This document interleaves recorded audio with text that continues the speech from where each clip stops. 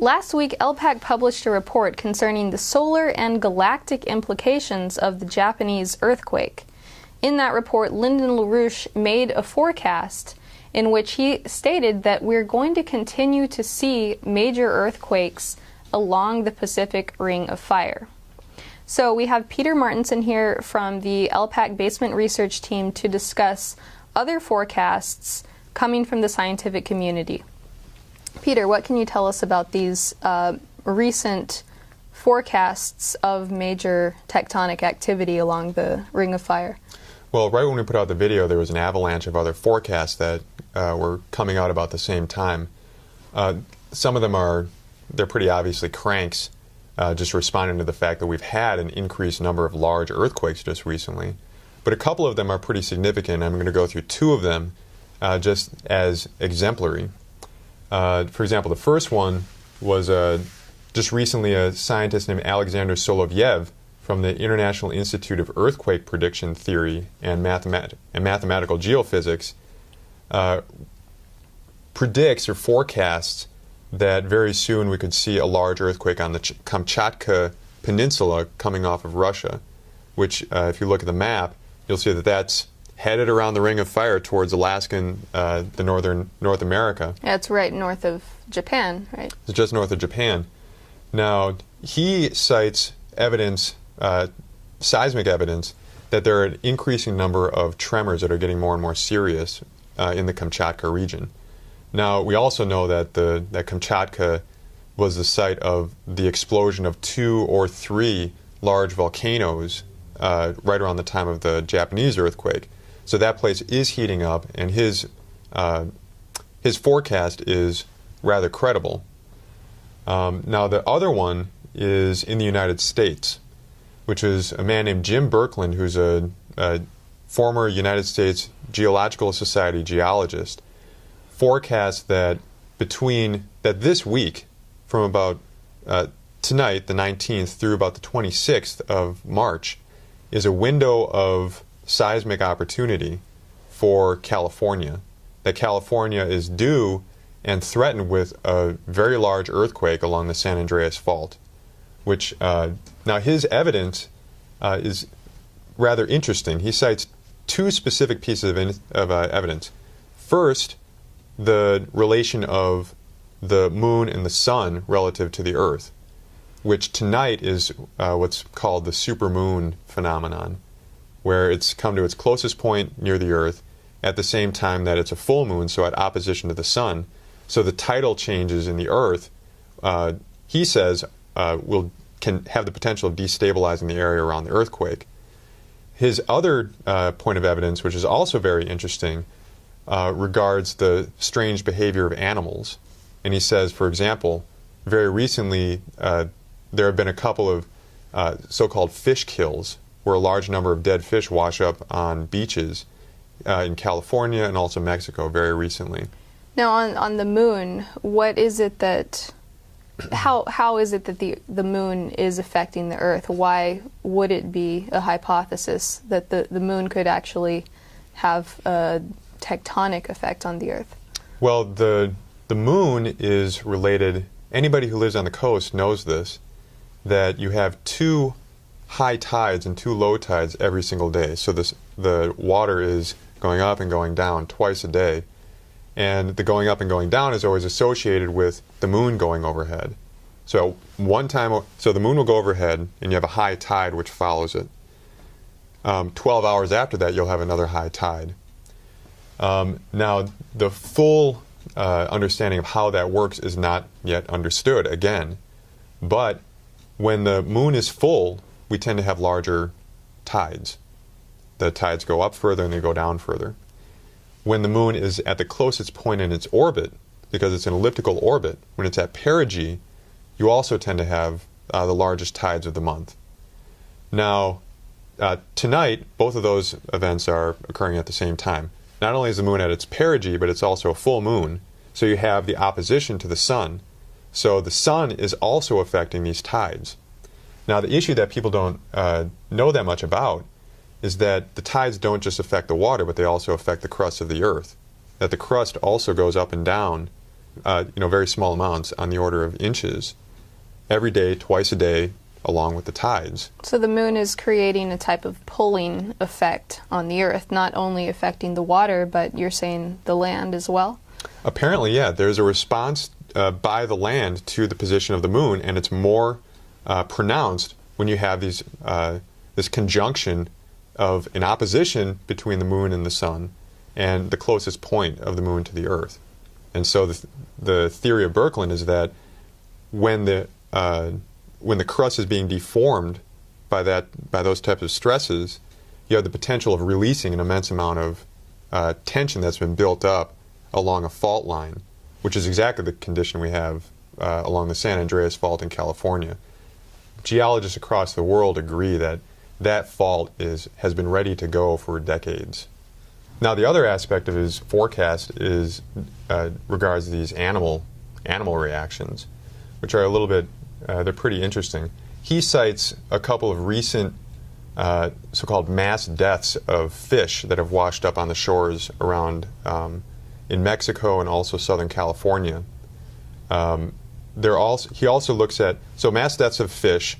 He says that his so-called forecasts of earthquakes also include beaching of whales, things like wild animals coming into town, flocks of birds that migrate strangely, all of which he attributes to the fact that near the time of an earthquake, which we talked about in the last show, near the time of an earthquake you have anomalies in the geomagnetic field, and all of these animals use the magnetic field to migrate. Whales do. Fish, apparently, like tuna and salmon, have the ability to navigate according to the magnetic field. Birds, same thing. This is the same phenomenon of magnetoreception that your research team discussed in the report that you recently put out on this website called the Extended Sensorium. One of the papers detailed this phenomenon in pigeons, which was the reason why homing pigeons were used in World War II in various wars, because of their ability to navigate their way home no matter where on the planet they were. Maybe you could elaborate on how that works and why? Well, yeah, in the Sensorium report we go through, this is one of the reasons why we take these types of forecasts very seriously. So what we go through in the Sensorium report is that all the organisms on the planet, including plants to some extent, and including humans, are very sensitive to domains of cosmic radiation that are outside of the usual visual senses, the usual hearing senses, what we typically call the so-called five senses. And what we show in the report, the five senses are it's kind of a hoax to say that there are only five senses, that there are a lot more, like the magnetoreception. There are some indications that human beings respond to magnets, the magnetic field. There's very clear, obvious evidence that birds use the magnetic field to navigate. And the geomagnetic field on our scales is not a very strong force. It's not a very strong, like if anybody's used a magnetic compass, you see that it takes a while for the compass to settle down, and any electronic device that's near the compass is going to throw that thing out of whack. So the magnetic field is less strong than that. Yet these organisms, these birds, whales, fish, can sense direction relative to things like the magnetic field. And what we find is that the organisms are so sensitive to these, not just magnetic fields, but also ultraviolet radiation, infrared radiation, cosmic rays, all domains of cosmic radiation, organisms respond to, no matter how weak those fields are, going all the way down to like microteslas, tiny intensities. So we would expect that when you have a period near an earthquake which exhibits these long wave changes in the magnetic field, the geomagnetic field, that animals would respond to that, even though the changes are very, very slight. Now, the other aspect that he points out, which is kind of funny, but it's also something that you would imagine you'd look for. We referenced before that dogs and cats can sometimes forecast earthquakes. Well, this gentleman in California watches the homeless animal shelters to look at how many more dogs and how many more cats come in at different times of the month. And apparently, just recently, there's been a spike around Southern California of stray dogs and cats who have, for some reason or other, freaked out and left their owners, possibly for survival. So people should be assured that their pets aren't just leaving them for personal problems that they may have with their owners. Right. They don't hate the owners. Don't panic. You know, your cats and dogs still love you. They're at the pound, but they just got a little freaked out about the fact that an earthquake might hit. Oh, good soon. news. Your animals still love you, but you may have an earthquake. Right, exactly. So follow your pets. Now, there's various reports on the internet of people claiming to predict earthquakes. What is it about these two forecasts that you chose to refer to that make them particularly credible? Well, the reason we're interested in the earthquake is that, and the series of earthquakes in general, is that they present a problem for humanity because we don't understand what the relationships are, but we know that there are other relationships. And these gentlemen do point at the specific types of relationships that that we would expect. Now, there's a pretty big block on the ability of scientists to forecast and publish their forecasts of earthquakes because people are afraid, well, it's going to panic people, you know, you're going to cause mass panic and it's going to be horrible. People are going to start to say you're crying wolf and they won't listen to you anymore. But science as a method of thinking is the ability to forecast future conditions in the universe, which includes being able to forecast at least windows that certain things are coincident, like earthquakes, solar activity, the moon, and things like that. Well, it seems you would also need a relationship to the government so that the government can be able to prepare people. Exactly. As opposed to just having a lone scientist make a prediction, cause a panic, you would have a cooperation and have a public announcement and a procedure and preparation for these types of events. Right. For example, it would make sense right now for the U.S. government to begin preparing for something like a gigantic earthquake in California, especially knowing all the conditions that are, you know, essentially lining up right now. The problem is that we have President Obama in office, and hopefully, you know, there are some reports that there's an increased internship in mental hospitals around the times of earthquakes. So this would probably be the perfect opportunity to invoke the 25th Amendment and put an insane Obama safely away as a victim of earthquake insanity. Or he might just think it was the popular thing to do and exactly go along with it. And everybody there will like him, so that's fine. We should do it. But the other aspect of this is that, yes, science is it is something that should be predictable. We don't understand what's causing the earthquakes. We don't understand what exactly the relationship is. But we do see very clear correlations. For example, just I think it was yesterday, there was another very large solar flare. The sun is going into a solar maximum period, and it'll be headed into that maximum. It's not at its most active point yet. It'll reach that, we think, in 2013. But even that's somewhat debatable because the sun just went through a cycle that was 2 years longer than every other solar cycle that we've seen before. So things are changing with the sun. But then we also have what we've referenced before in some other videos, a 62 million year cycle, give or take a couple million years, cycle of not just biodiversity, but also the motion of the solar system through the galaxy, which is also related to a 62 million year cycle of increased and decreased tectonic activity, which is represented by things like volcanism. Would you say we're at some type of anomalous point within that cycle now? We think so, but again, this requires a lot more investigation in exactly this area. For example, you know, we could say 65 million years ago was the great extinction of the dinosaurs. So 3 million years ago, we were at the other potential great extinction and transformation point.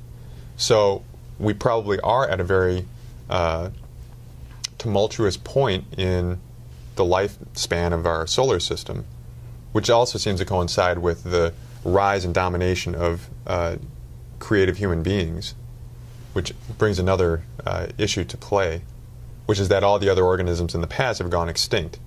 That's clear. Human beings are the only species on the planet in history that have the capability of preventing themselves from going extinct by understanding just these types of phenomena that these two gentlemen are referring to. We can creatively understand what would cause the destruction of human civilization and turn the tables on that, which we're right at a point where we need to do that. Well, you could say that the human mind is the same type of weak force that you've been discussing in these phenomenon. The magnetic field is not such a particularly strong force, but animals can detect it. It causes very powerful effects, even though the force itself may not seem very strong. Seems that the human mind is a similar type of force. That while we're not physically the strongest, the biggest, the fastest, those with all of the super senses, we have quite the capability to move mountains and to change the face of the earth. Right. Like for, we have two examples. One is that we do have a mass strike which is breaking out right now, which, we had various reports on the website.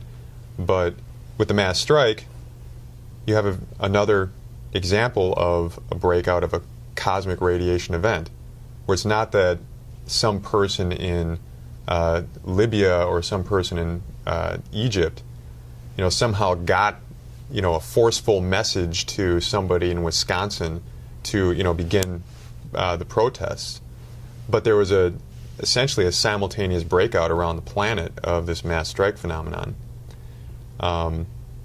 It wasn't Twitter. There's something in the spirit of the times that is moving people. Right, exactly. And then another example of this is our ability to make discoveries of how things like the biosphere function, and then craft the land and the biosphere in order to make it do things that we want it to do. For example, with the North American Water and Power Alliance project, where we have the plans, the know-how, we're contacting the engineers and so forth to begin putting into place the types of dams and reservoirs and digging out deep tunnels and things like that to bring the hundreds of millions of acre-feet of fresh water down into the dry parts of the United States, which, by the way, might have very important consequences in terms of seismic activity on the Earth. And I'll just say one thing that this Russian scientist says, Solovyev, he makes the point that we're seeing small tremors right now in Kamchatka. He says that could be leading up to one violent release of whatever the tension is that's been building up there, which would be a giant earthquake. Or it could continue these micro tremors to the point that things settle down and the tension gets dissipated over a long period of time. We know that when we set up large reservoirs of water, we create the conditions for increased seismic activities. You tend to have earthquakes around newly created deep reservoirs of water. Now, if we create giant reservoirs of water in places like Alaska or along the Rocky Mountain Trench, we're going to be putting water in areas that tend to be more seismically active. By doing things like adjusting the reservoirs, we might be able to let out some of the steam of some of these earthquakes and actually control the power of some of these earthquakes. It seems that the NWAPA project itself would be a science driver for looking into this seismic activity. Exactly. This is going to be a boon for all sciences that deal with not just the internal workings of the Earth, but the relation between the Earth and the rest of the solar system domain. Exemplary. For example, the first one was just recently a scientist named Alexander Solovyev from the International Institute of Earthquake Prediction Theory and Mathematical Geophysics predicts or forecasts that very soon we could see a large earthquake on the Kamchatka Peninsula coming off of Russia, which if you look at the map, you'll see that that's headed around the Ring of Fire towards Alaska and the northern North America. Yeah, it's right north of Japan, right? It's just north of Japan. Now, he cites evidence, seismic evidence, that there are an increasing number of tremors that are getting more and more serious in the Kamchatka region. Now, we also know that that Kamchatka was the site of the explosion of 2 or 3 large volcanoes right around the time of the Japanese earthquake. So that place is heating up, and his scientific community. Peter, what can you tell us about these recent forecasts of major tectonic activity along the Ring of Fire? Well, right when we put out the video, there was an avalanche of other forecasts that were coming out about the same time. Some of them they're pretty obviously cranks, just responding to the fact that we've had an increased number of large earthquakes just recently. But a couple of them are pretty significant. I'm going to go through 2 of them just as... Last week, LPAC published a report concerning the solar and galactic implications of the Japanese earthquake. In that report, Lyndon LaRouche made a forecast in which he stated that we're going to continue to see major earthquakes along the Pacific Ring of Fire. So we have Peter Martinson here from the LPAC Basement Research Team to discuss other forecasts coming from the science. His forecast is rather credible. Now, the other one is in the United States, which is a man named Jim Birkeland, who's a former United States Geological Society geologist, forecast that this week, from about tonight, the 19th, through about the 26th of March, is a window of seismic opportunity for California. That California is